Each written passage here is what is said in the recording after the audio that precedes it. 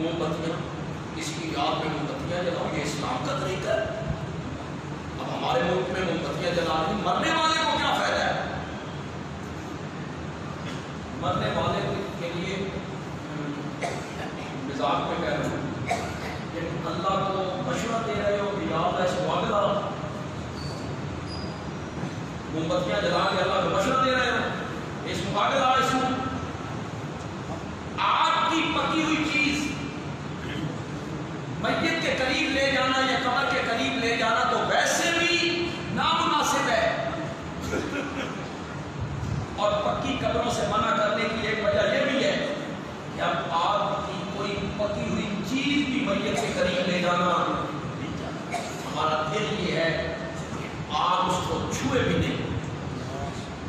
آپ موم بتیاں جلا رہے ہیں مرنے والوں کے، انہیں جلانے دیں، وہ کافر ہیں، مرتد ہیں، بے ایمان ہیں، عیسائی ہیں، یہودی ہیں، ان کی آخرت ہے کوئی نہیں۔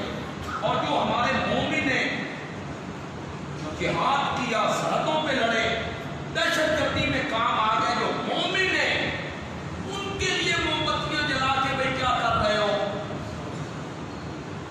وہ تو انشاءاللہ جنت میں ہوں۔